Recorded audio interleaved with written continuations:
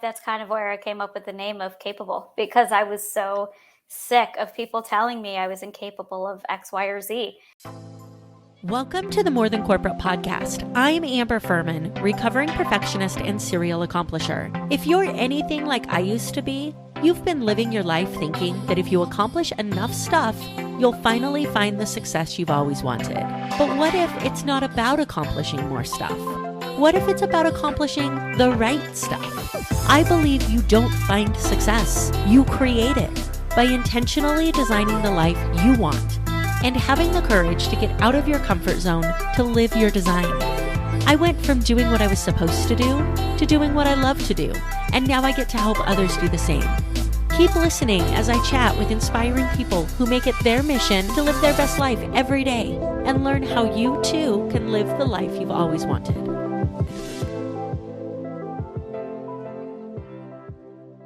Welcome back to another episode of the More Than Corporate podcast. I'm really excited to bring to you Alex Gilbert today. She's a New Yorker, a Mets fan, a yogi, a brunch enthusiast. I can get behind most of those things. Go Red Sox.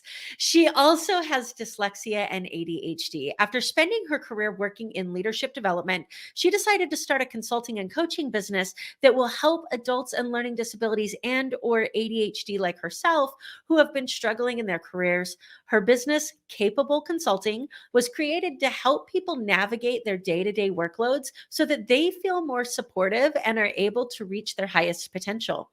Her biggest goal in creating Capable Consulting is to change the stigma surrounding learning disabilities or ADHD by reminding people what they are capable of. And I think this is so needed and so necessary. I'm really excited to bring Alex on to dig into what she does, how she does it, and what her definition of success is. Before we do that, I want to take just a minute to remind you that this episode is brought to you by Success Development Solutions and the Design Your Life Book Club. This is an opportunity for you to dig into the experiences and knowledge and learnings of somebody who has not only lived it, but written a book about it and provided that book to the masses to read. So we read this book as a group, and then I actually introduce you to the author and you get the opportunity to ask questions and learn at a deeper level. If that sounds like something that you're interested in, click on the Calendly link below. Let's jump on a call and see if it's a good fit for you. And without further ado, let's go ahead and bring Alex into the conversation. Hey, Hi. Alex, how's it going? It's going. How are you doing? I'm doing well. Thank you so much for jumping on with me. Thank you for having me. And also, I know you're a Red Sox fan, but I think we can both agree we hate the Yankees. So at least we have that in Hey, you know common. what? Life is about common ground, right? Totally. It's about being able to find out what, even though you disagree on something, you can agree on that. It's a perfect example. It's a perfect example. I love it. So we were just talking before we jumped on about the craziness of schedules. And so I think that you and I are not the only ones living the new, I don't even call it New Year's resolution, but the fact that everybody wanted to start their life again at the beginning of the year. And now that's where we come into play. And so I think that the conversation we're going to have about organization and what you're capable of is just really well timed. Yeah, I'm excited to have this conversation. Yeah, it's going to be great. So let's learn a little bit about you. Are you from New York? Born and raised there? Born and raised in New York. I'm currently living in New Jersey, which is very hard for me to admit. But yes, I'm born and raised from New York. So I'm a New Yorker at heart for sure.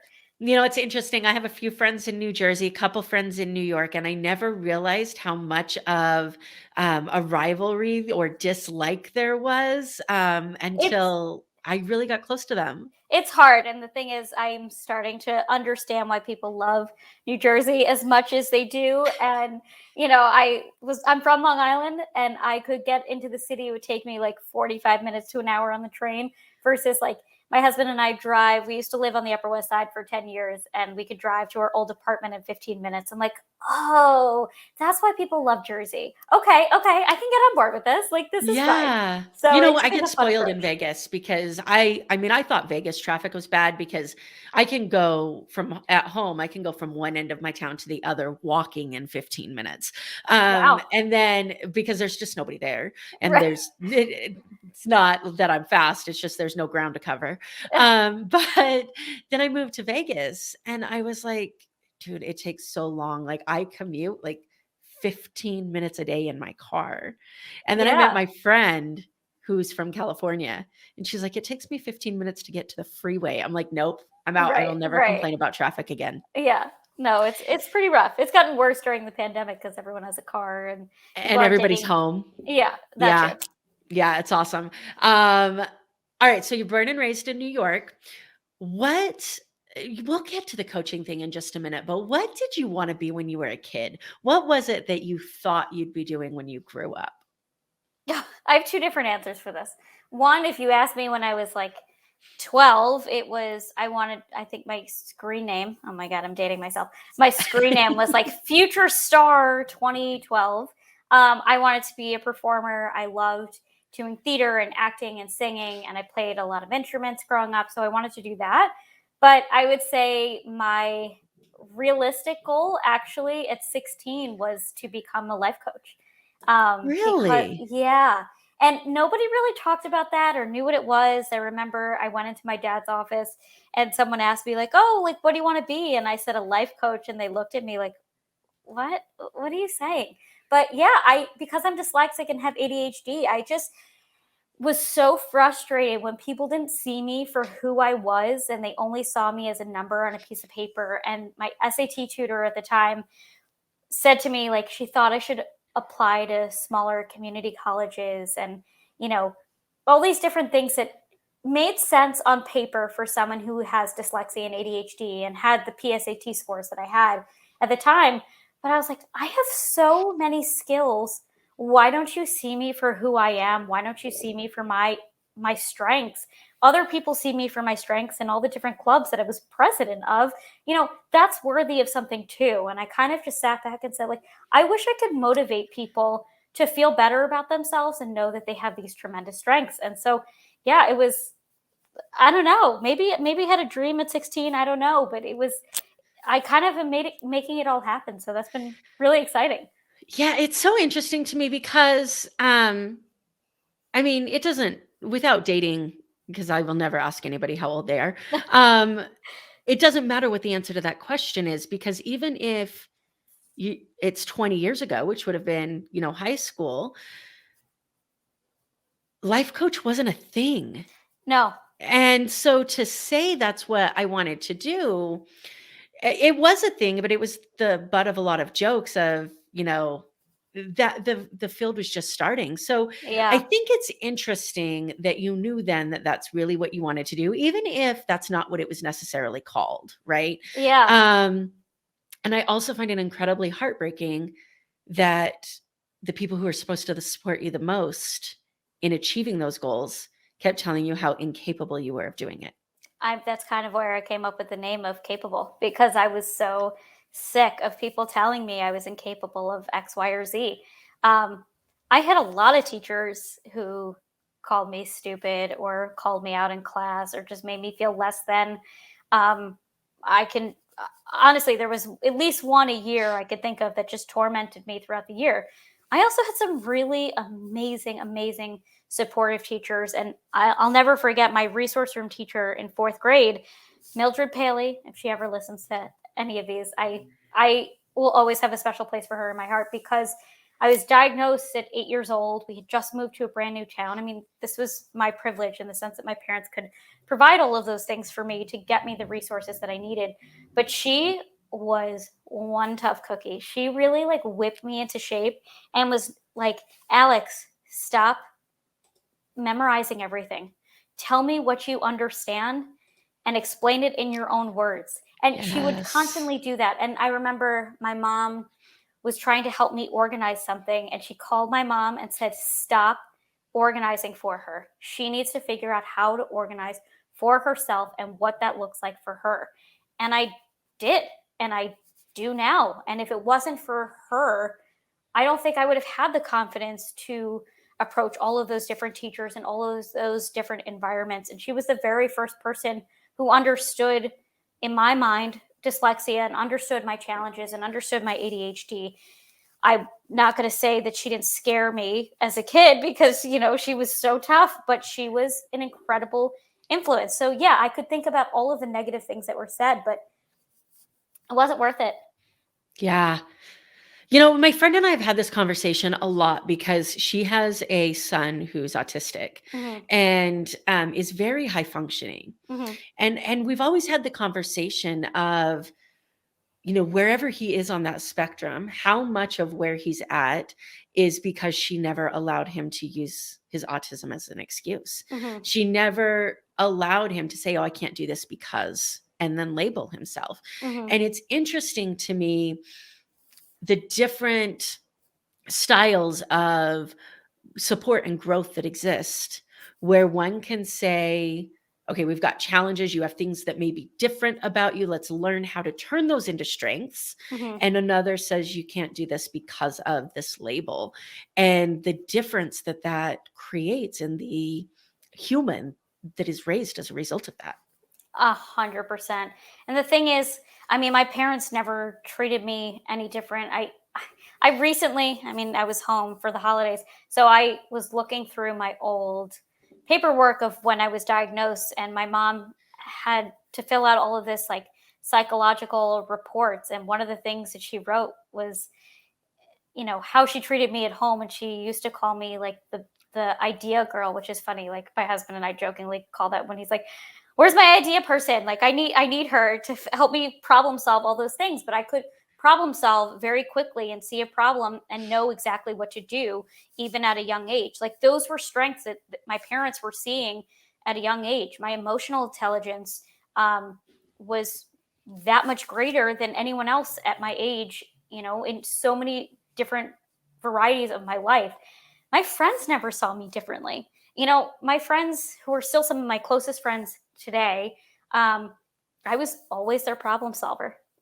And these were the top graduates of my class. We had a, graduating class of 300 something. They were all in the top 20, all went to like Ivy League schools. They're doctors, lawyers. They're literally all the things on paper you'd expect to be successful. And they still come to me and say, how did you do that? How do Yeah. I do this? How did you learn to advocate for yourself? I'm so impressed by you. And I sat back and said, like, wait a second, what? You're salutatorian of of our class, and you've done this and you've done that. You're impressed by me, and those kinds of things that were said to me over and over again made me feel more confident. So it wasn't just like my parents and some of the teachers that did that, it was also my friends. So that was really Yeah. something special. Yeah, that's interesting on so many different levels inside this whole conversation about stigma and ADHD and, mental health. And then also just in human behavior of being surprised that the things that we do actually impact others, and Hmm. reminding ourselves that, you speak to my soul when you talk about the academic success and then still looking to somebody else to figure out how to actually live a successful life, because that was me for so long. Mm. Which is why this podcast exists, because we chase something and then we realize, wait, we need to do an about face. And then we come Hmm. back and we see somebody else who, for whatever reason, never chased that same thing. And we're Hmm. like, whoa, how did you create this nice, amazing life that you have? Right. But what's really important to remember is that, like, no matter what you're living, you always look at others and say, wait, how did they create that? Because what they have looks so much better than what I have. And figuring out how to get out of that comparison game. I think that's what social media does to people every single day. It's like the grass is always greener, but it's never blue. What you're only seeing people's highlight reels. That's always going to Ooh. make you feel less than, or that they have something that's better than you, but they're not showing you the day to day. I remember talking to someone over the summer about Simone Biles. You got to see her gold medal moments. You didn't get to see when she was breaking down in the gym, or when she fell, or the times that she hurt herself, or all those things. You got to see her highlight reel. And when all of a sudden she couldn't do it anymore, then you saw the part of her that was breaking down. And that's real. And that Yeah. was appreciated for everybody to see, because you can't just look at someone else and say, your life is perfect. It's not. And Yeah. actually, I think the people who post at, and have the most perfect lives actually probably have the most miserable ones, because they have to try that much harder to make it look so much better. Yeah, I think it's great that social media is tending to make that shift to where it's Hmm. okay to talk about the imperfect nature. I mean, we wouldn't be on a well, we would be on a podcast like this because I don't care what other Right. people think, Yeah, but right. we wouldn't have the platforms that we have if it wasn't for social media opening up to being this place where people can actually talk about their struggles. And Yeah. yeah, I mean, And but it goes to the success too, because you made a good point with the Simone Biles, and I'm going to take it back to the coaching world for just a minute, where people will look at what you have and say, "Man, I want your life. How did you build it?" And you're like, "Here's what I did." I have this conversation with my coach all the time, and mhm, she'll share her calendar with me, and I'll be like, "God, that looks awful." And she's like, "Well, if you want my life, that's what built it." And so it's a reminder that like not only the good and the bad, but also the hard work that creates the mhm, results that you see in someone, right? yeah, totally. I just I've had so many moments of struggle to get me to where I am, and I'm not really afraid to talk about them. I'm here sitting on the podcast and talking about them. I could tell you about my mental health challenges in terms of all the teachers that we were talking about earlier that really put me in a place of anxiety and depression that I didn't even understand as an 8-year-old, but I understand as an adult all the impact that that has had on me. I could sit here and tell you all the jobs that I fell flat on my face or failed at, and it built me up to where I am, to understand myself, to know what success looked like for me, how could I advocate for myself, what were my strengths, what were my needs. All of those different pieces build you to where you are. And I, you know, I have lived in New York my whole life, and I always think of Avenue Q. It's not on anymore, but Avenue Q is these puppets that live in New York. It's kind of like the Muppet Babies, like on steroids. But they have this song, and it says, um, "Everything in life is only for now." And I always think of that song because they said, except for death and paying taxes, everything in life is only for now. I feel like those pieces are very important. Those are very hard things to get over and deal with, but it's only for now. So if you're struggling with something, it's in the moment. It's not going to last forever. What did you learn from it? What can you take from it? What can you build on it? What's going to make this better in the future? And how can you also talk to people about it to make it easier for them? Yeah, so let's go down that rabbit hole for a minute. So talking to other people to make it easier for them. I mean, I think that words like dyslexia, Mhm, ADHD, any type of autism, any type of mental conversation mhm, carries this almost fear of people to talk about, and they seem mhm. to walk around those conversations with like this eggshell Yeah. mentality, which when you're trying to avoid talking about something or avoid bringing attention to something, the actions that you take are exactly what brings attention to that. So how do Yes. we yeah. You So how literally do just we highlighted support?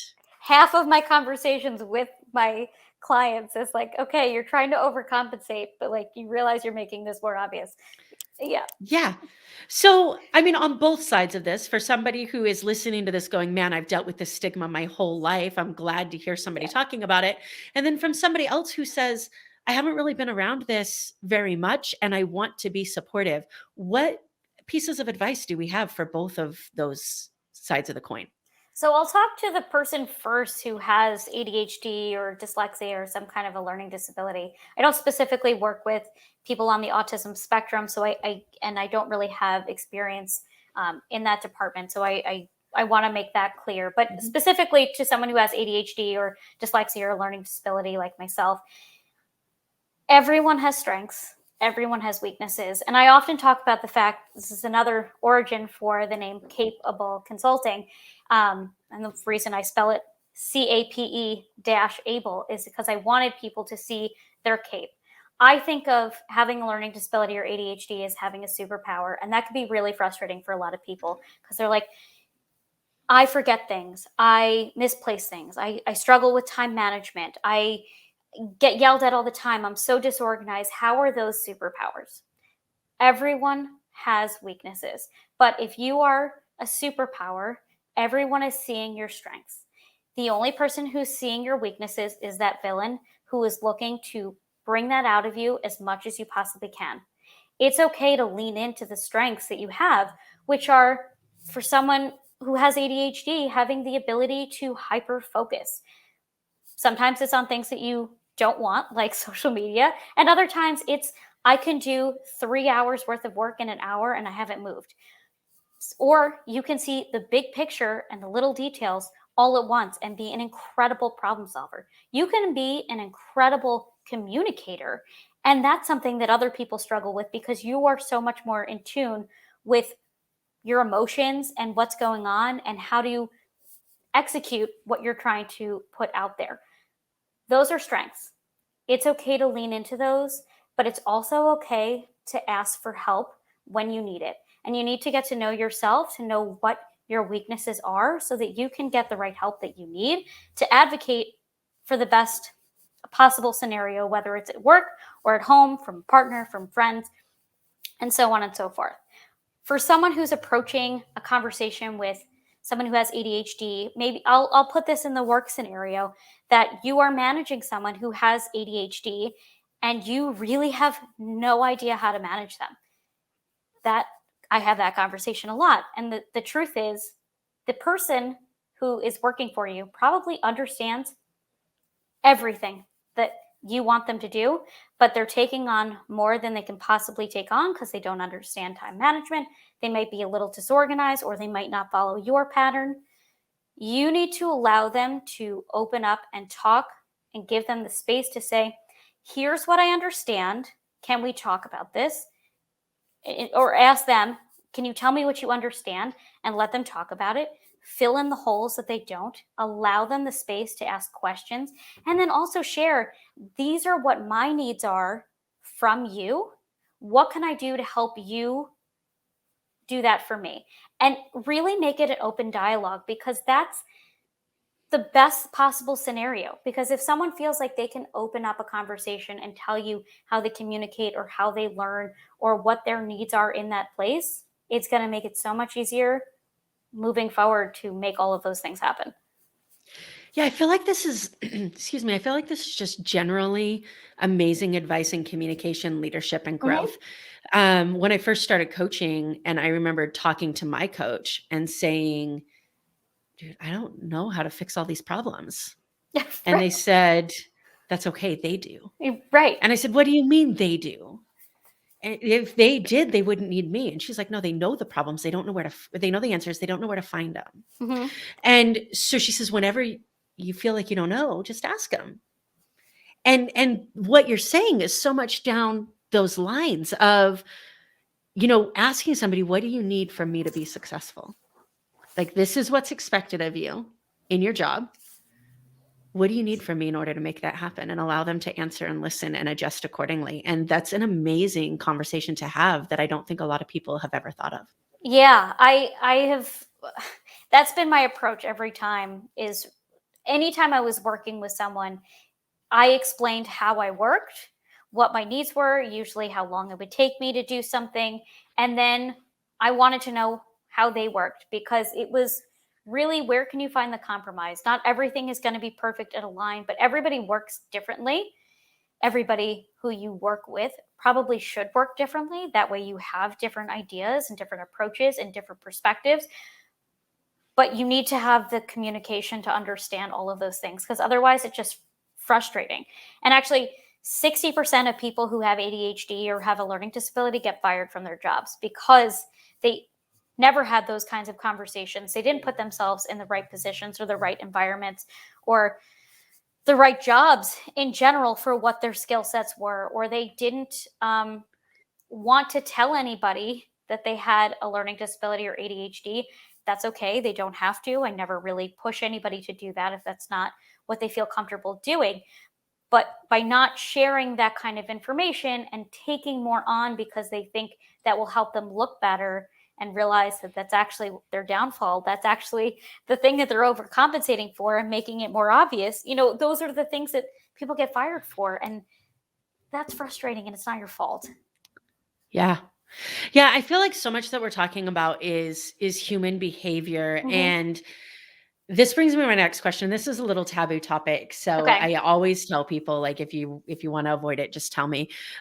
Words like ADHD, Hmm. and not so much dyslexia, but very much ADHD, get thrown around for every single person that has a hard time focusing. Words like depression get thrown around for people who have a sad day and don't know how to get out of bed. Yeah. Words like I have anxiety get thrown around for somebody who is nervous about a job interview.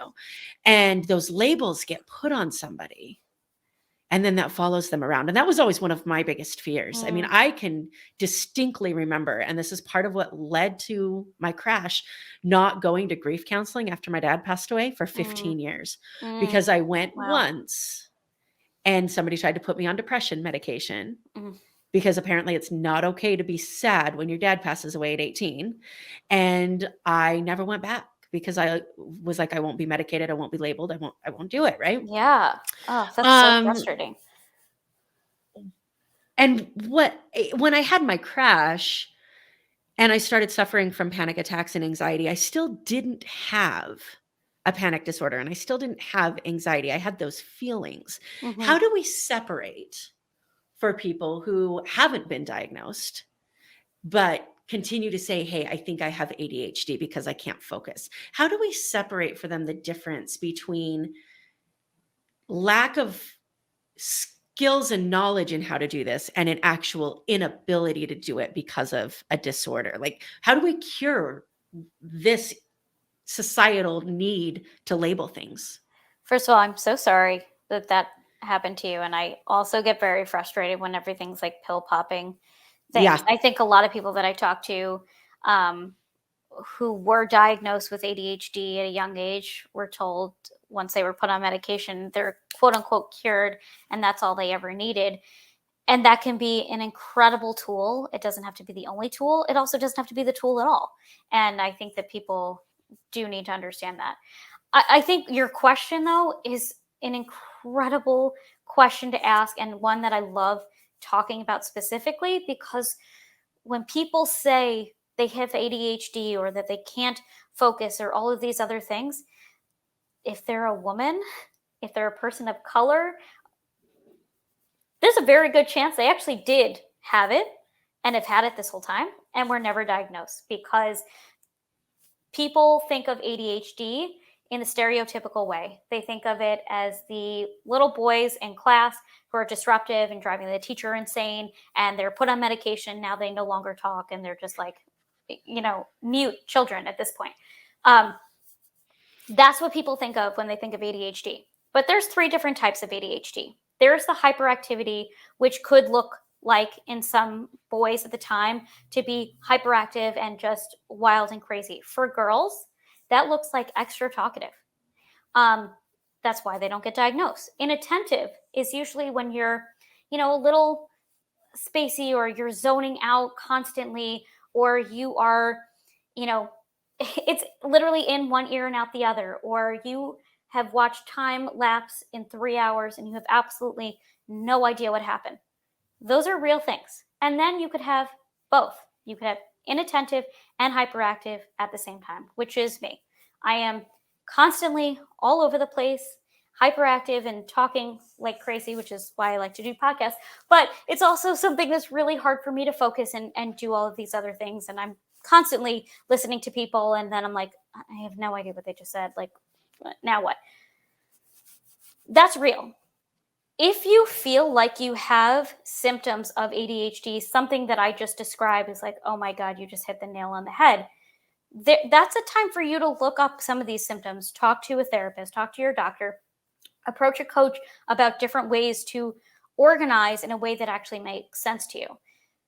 The difference between those pieces that I discussed, and there's other symptoms, I'm just naming a few, but that and being in this society where we have to have a job and a side hustle and be, I don't know, a perfect mom or a parent or a caregiver or this and have absolutely no time in your day for you is not the same thing. Now, people with ADHD do tend to do that because they're constantly looking for the dopamine and stimulation. But a lot of people are just in this category of, I like to be extra busy and feel important, and now I'm overwhelmed and burnt out. That needs some help too, whether it's from a therapist or a coach, just to like rein things in a bit. But diagnostically, they're two different things. Yeah, I love having this conversation with people who have like actual experience with it. I'm not a therapist, or I'm not a therapist, I'm not a doctor. um I don't have ADHD. I've never felt those things, right? Mhm. So to be able to have these conversations with people who can experience it and have, I get so frustrated with the social media world, the TikTok world, the just the need to throw out like a joke, "Oh, my ADHD brain." Like that's not, it's not what I guess here's the point I'm trying to make, and I'm not phrasing it very well. Knowing what I know about the way the brain works, knowing that your brain will believe what you tell it, Mm. telling yourself that you have something that you don't actually have for the purposes of justifying behavior that you don't want to deal with because of other emotional trauma creates things that don't need to exist in your brain. Does that make sense? It Did makes that? sense. And I would also say everyone needs a therapist. Yes, I agree with you. Especially during this whole pandemic. I think that burnout, that depression, that level of sadness that we were talking about, the mental health struggles, all of those things are ingrained in a lot of what you're saying. And people think that if they can't focus on their work anymore, they must have ADHD because they can't focus on the work, when it's really more along the lines of, I am so burnt out. I'm so exhausted from working from home and needing a change of pace, or not being able to be social, or just the constant, I'm afraid to go outside and see or do anything because of the pandemic. Those are all real. Those are all valid. All of those feelings matter, and they're okay to matter. But yes, I think there is a defining line. And in any of those scenarios, my first approach would be, start with therapy Yeah. and explore it. Because if it truly is something like ADHD, as you're exploring these conversations, and this is really something deeper that you've noticed as a child, you were doing the same types of things, that's one conversation. If you're just mentally burnt out, that's okay too.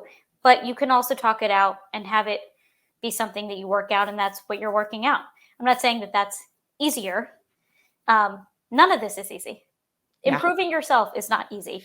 Um, It's so painful and yeah, so amazing at the same time. And I exactly. will agree with you that I think everybody needs a place to a safe place to talk about what's going on, and therapy was life-changing for me, and Yeah, it took me a good needing to go. therapist, not one. Yes. There's a difference. Yes, it's true. And I always tell people this too, and I think this applies to what we're talking about coaching as well, is it's okay to not mesh with your first therapist. It's okay to not feel like you have that connection. It's okay to say, "You know what? This relationship isn't working for me. Let me go find one that will. And these are the reasons it's not working." But so many times, and I struggle with this even now in some sort of business relationships. So many times we want to convince ourselves that we must be the problem. Mm, And so if we just stick in that relationship long enough, that the person that we don't connect with will be able to help us solve whatever we're not doing right. yeah. And it's okay to say this isn't the relationship for me. Yeah, I totally get that. My first therapist, I was working with, I knew she wasn't like the right therapist for me. And I had reconstructive ankle surgery, which, if you can imagine, is unbelievably, incredibly painful. I just, you name it, it was horrendous. And I was approaching the surgery, and I was like, I don't think this is going to work out. Like, I don't think she's the right therapist for me. She never even reached out to see how I was after my surgery. And I was like, nail in the coffin, you were awful. Like, I should have listened to myself and my thoughts before, but I was so desperate to really talk to somebody that I was willing to just talk to a wall. Um, and sometimes that's felt like enough at the time, but it wasn't helpful. And then I found my current therapist who I love. I swear, like I will name a child after her. I don't know. She just like she's been an incredible person in my life and has helped me manage through so many different pieces. And I think there's something to be said for that.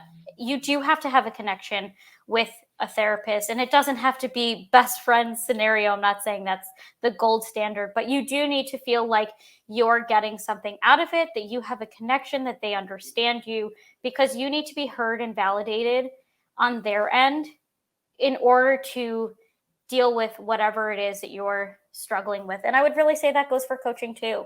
I have this approach of coaching, and I call it best principles versus best practices, meaning best practices is what you hear all the time of like, here's the 5 best practices to deal with your ADHD at work. Those are 5 very standard things that work for a lot of people.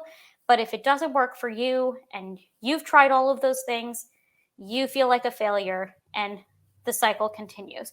Whereas best principles means we have the same goal in mind, but how we're going to get there is actually going to be up to you. It's going to be designed for you. It's going to be how you think and how you learn. And some people don't want that approach because they're looking for a quick fix, and that's not always how it works. And if that's what you're looking for, I'm not the right person for you. But if you're looking for something that's sustainable, long term, I'm all for it. I am here Yeah. for you. I'm here to support you through that journey. I'm here to listen. I'm here to make you feel empowered in who you are. I'm not going to sugarcoat the stuff that's really hard. It's hard. I've been there in so many different work scenarios, but that's okay. If you don't connect with my messaging, you don't connect with me, find someone who does if you are looking for the right support. But if what I'm saying does make you feel something, it's okay to reach out. Yeah. Yeah, absolutely. So before we move into the success element part of this podcast, I'm interested to know, and you just mentioned, the differences between the best practices and the best principles, which I think is really fantastic. What do you think it is about your coaching practice that is different, that sets you apart to be able to specifically help individuals with learning disabilities or ADHD? One, I think it comes from a lifetime of with it myself in a number of different scenarios. So I can understand empathetically on a lot of different levels. I live with this every day. I understand. I also have worked in over a decade professionally in program and leadership development, specifically designing programs of leaders and strengths and building around what they know and how they can feel like their best self. And so when the pandemic happened and I was laid off from my job, and as I said, I'd been dreaming about something like this since I was 16. I was like, what am I doing? I am missing a huge portion of people who really could use this support now and who are struggling working from home and finding how to manage their time at home or create an organizational space for them so that they're not distracted, or how to manage all of the different chaoses that are happening in the kitchen and the living room, and now you can't focus on your work. All of those things that are uniquely challenging for someone who has ADHD or has a learning disability that now has to transition all over again. And so I get it. I dealt with all the same things, and I understand how to make approaches for different people because that's most of what I do for myself and what I do for others. I love it. If people are listening to this and say, man, I really want to continue this conversation, I'd love to connect with you. I'd love to learn more about what you're doing. What's the best way for people to reach out to you? So you can find me on my website, which again, I spell capable my own way. So it's CAPE, able, capableconsulting.com. You can find me on Instagram and TikTok, and I am capable as spelled the same way, Cape Able. And on Facebook and LinkedIn, it's Capable Consulting LLC. And I'm also offering something called a Declutter Your Mind session, which is a 30-minute free session, brain dump. Tell me all the things that are stressing you out, making you just feel discombobulated, or however you like to approach it. And we put it back together in a way that makes sense for you and organize it in a way that feels approachable for you moving forward. So you can find all of that information on my social media or on my website. Perfect. So let's go ahead and switch over to the success element part of this podcast. So the More Than Corporate podcast was created because I felt like the more conversations I had with people about success, the more I realized that people didn't really talk about it enough in the individual definition that it actually is. So for you, what does success mean? How do you define it for yourself? I love this question because it was actually one of the first conversations you and I had was about this. And I was like, oh my God, Amber, you and I are like The same gels. person. We are Yeah. the No, same we person. definitely, I yeah. always ask people, what does success look like for you? And I think that could be such a tough question for a lot of people. I constantly feel like I put myself in situations where I was failing over and over again because I didn't look at the situation and set myself up for success. I had written a blog post about how I had to take my road test 4 times. But you know what? I passed. Maybe 4 times was actually what was realistic for me, and I didn't know it because the expectation is in New York, everybody fails once at least. But that you would fail once, not twice, not 3 times, but 4 times. I would say approaching the scenario that makes the most sense for you.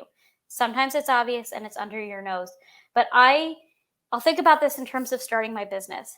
I had this idea in my head that I was going to be so regimented. I was starting at this point of the day, ending at this part of the day. This is when I was taking lunch. I was doing all these things. If you listen to any of this conversation, you'd know that makes no sense for anybody who has ADHD, but that's how I was trained to think and learn and do my work for the last decade. I knew nothing else. None of that was successful for me. What success looked like for me was getting to know myself, getting to know what the highs and lows of my day were, getting to know when I felt my best to sit down and do paperwork, and when I felt like it was time to make videos for my social media, or when it was time to set up time for different podcasts to record. Not a single day of mine looks the same. I don't get up at the same time every day. I don't end my day at the same time. I have never been more productive in my entire life because I am going with the flow of what I need for me. And I think that's how I could set myself up for success. And what I really strongly encourage other people to do is get to know themselves. We have this amazing opportunity, if you're still working from home, to learn more about yourself and learn what your needs are. Take the walk in the middle of the day. If that makes you feel good, do it. It's like little things like that.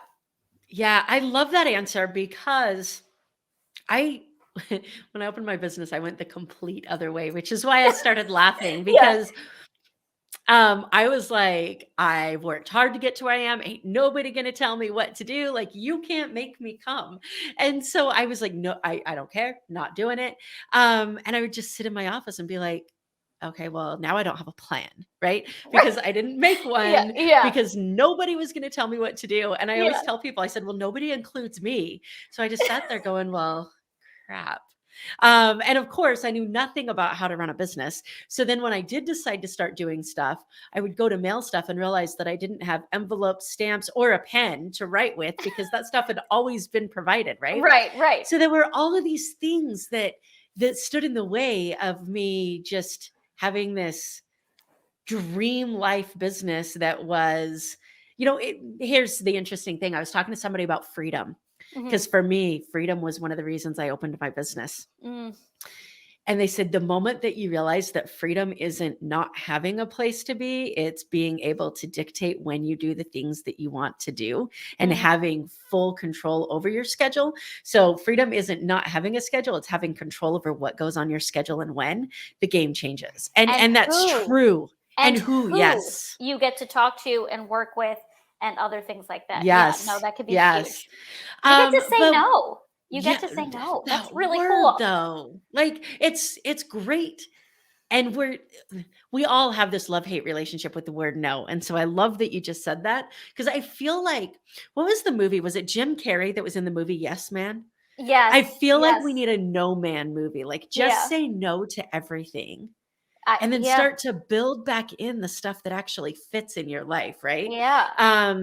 Which is so much harder to do because What happens when I say no and somebody really wants me there, or they don't like me, or like But there's does it so if it much. doesn't feel right for you, the answer intuitively was no, and you Yes, showing up makes you look at that scenario and regret the decision of saying yes, and then you have this bitter resentment towards it, and it makes everything else that you do want to do more frustrating. So it's so say true. yes to the things that feel right to you and say no to the things that you don't. If you work for yourself and you have the ability to do that, that's the case. Sometimes Yes. you can't Yes, say don't no go to your lose your boss. job. Yeah.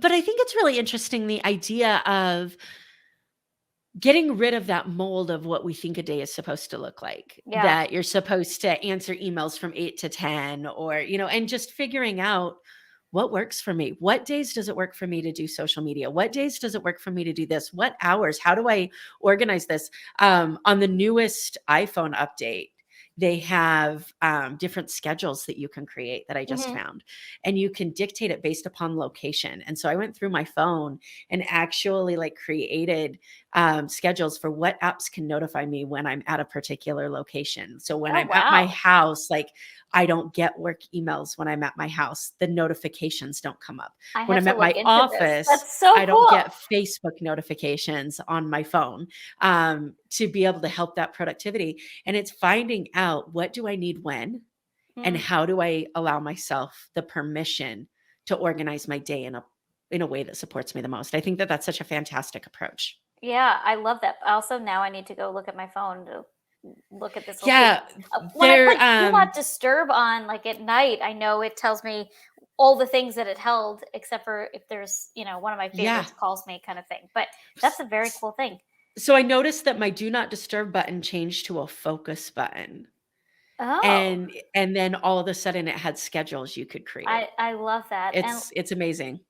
That's So, it's important to set boundaries, and I think that's something I always talk to people about when it comes to coaching is, yes, we were talking about the ability to say no, but what that looks like when you work for somebody else is not necessarily saying no, it's setting the boundaries in which you are approachable to say yes. So I had this client who used to get emails at 11:30 at night. She just had a baby. She's like, "I don't want to be answering emails at 11:30 at night."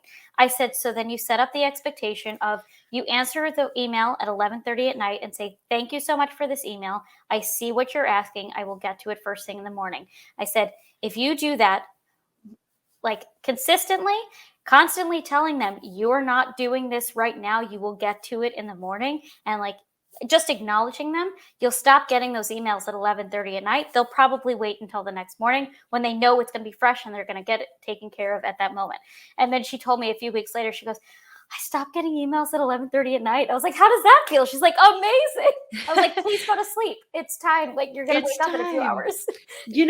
It's so interesting that you say that, because I recently found myself in a situation where I had my phone in my hand Mhm. when a client messaged me, and this client was in a different time zone.